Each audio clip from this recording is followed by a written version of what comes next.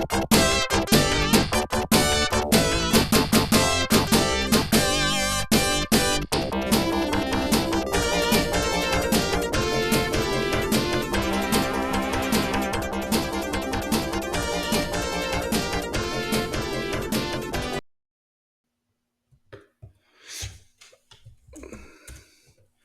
welcome back to AP Physics C Mechanics, Unit 2. This is the spring forces video.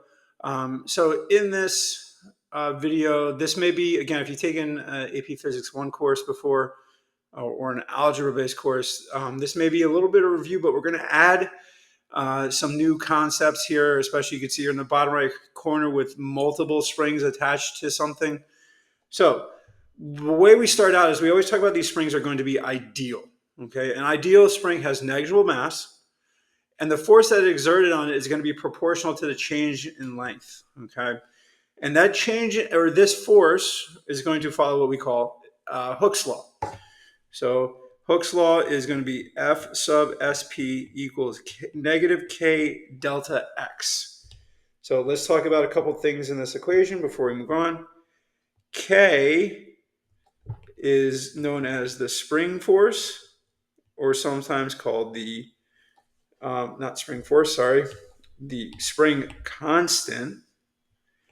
I had force in my mind because it's also sometimes called the force constant.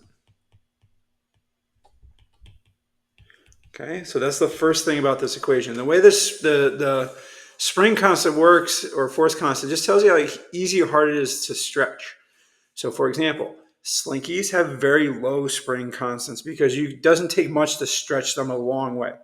On the other hand, garage door springs have high K values, have high spring constant values, because it takes a machine, right, 1.5 horsepower machine or so, to stretch it even just centimeters or millimeters.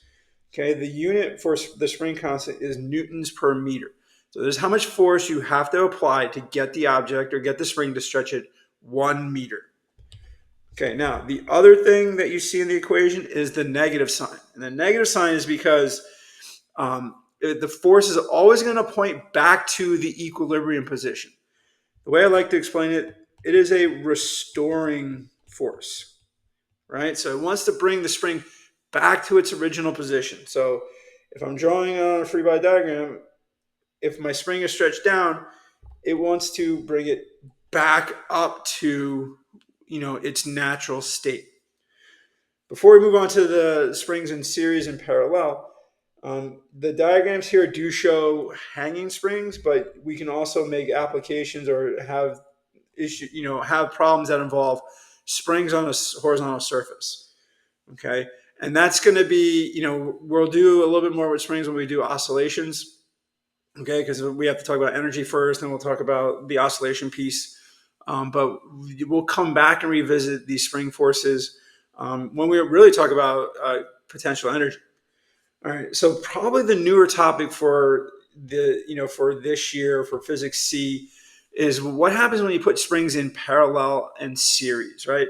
So when we say series, it means they're connected end to end, and what they have in common is they all experience the same force. And what you may have to find is how far does each one of these stretch? So you need to find like delta x1, delta x2, delta x3, but then it'll help you find kind of the whole total, right, stretching of this, okay? So what you need to find is the effective spring constant. And how do we do that? Well, if I know that F is going to be the same, I solve this equation for delta x, right? You're going to get a delta x equals K time, or divided by, or excuse me, delta x equals the force applied divided by the effective K value, right? So how do we find the effective K value? Well, we just simply do an inverse or reciprocal look to our an equation. So effective K is going to be 1 over K1 plus 1 over K2 plus dot, dot, dot, however many springs you have in your series. Okay, on the other side, in parallel, right, they're all going to stretch the same distance, which is going to lead back to, essentially, what is the force there? right? And so again, this would have to be the effective K. So notice that it's all stretch, right? Or all, stays K delta X. So that delta X is what's going to be the same. So the effective K value is just going to be K1 plus K2 plus dot, dot, dot. So if you're looking at them as a system, first step, find the effective K value. If you're looking at them individually, then you can tackle however you like. Something to note about what's in series, and you'll see it show up in the example problem, is that if they're non-ideal springs, like all that force, right, you have to add up as you go.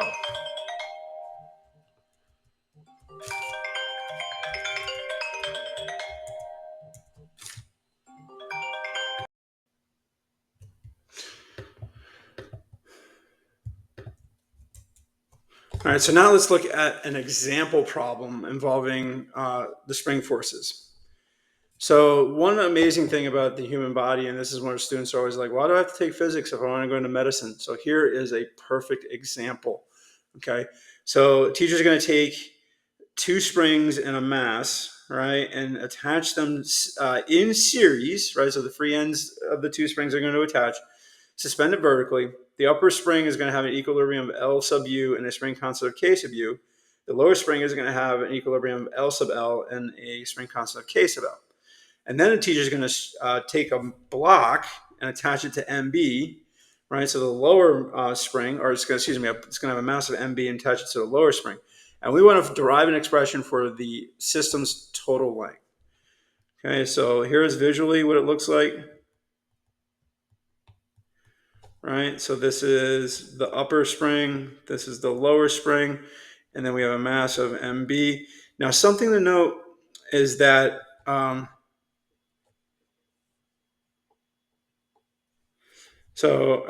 apologize. We also have a spring, a second mass of a sphere. Okay, in fact, the sphere should go above MB, but and so what we need to do is figure out like how far each spring stretches based on what's happening.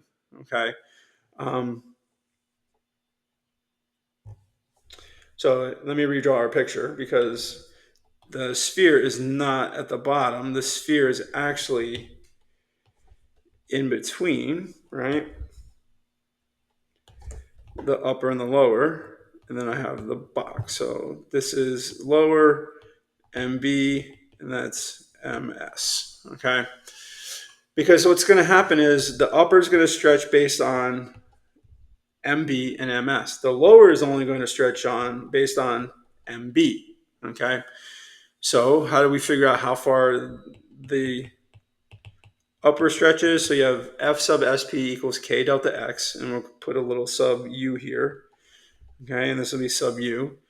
And so what's happening, what force is that spring experiencing? Well, sorry, a little preview of resistive forces. It's experienced the weight of MB and MS.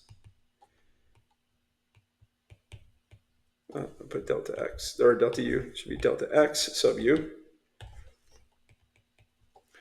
Okay, so that's what it's experiencing. So how far does it stretch? It's going to stretch the weight of those two objects together divided by, I put G is actually in the top, right? It's divided by its effective K value, or its K value. Now we're going to kind of do the same thing over on the lower side, but it's only experiencing MB, right? So FSP is KL delta XL. So it's only going to experience the weight of the block, right? And so we need to solve how far it stretches. Okay, so now we have how far the spring stretch, but remember, we're looking for the total stretch, which means we have to take into consideration their original lengths. So the total stretch is going to be L, right? The length of the lower plus the length of the upper plus the two stretchings. Sorry, there should be an MS times G times K upper plus MBG K lower. So there is the expression for our total length stretch for this system. Okay, in the next video, we're going to talk about resistive forces, and then we're going to finish the unit by talking about circular forces.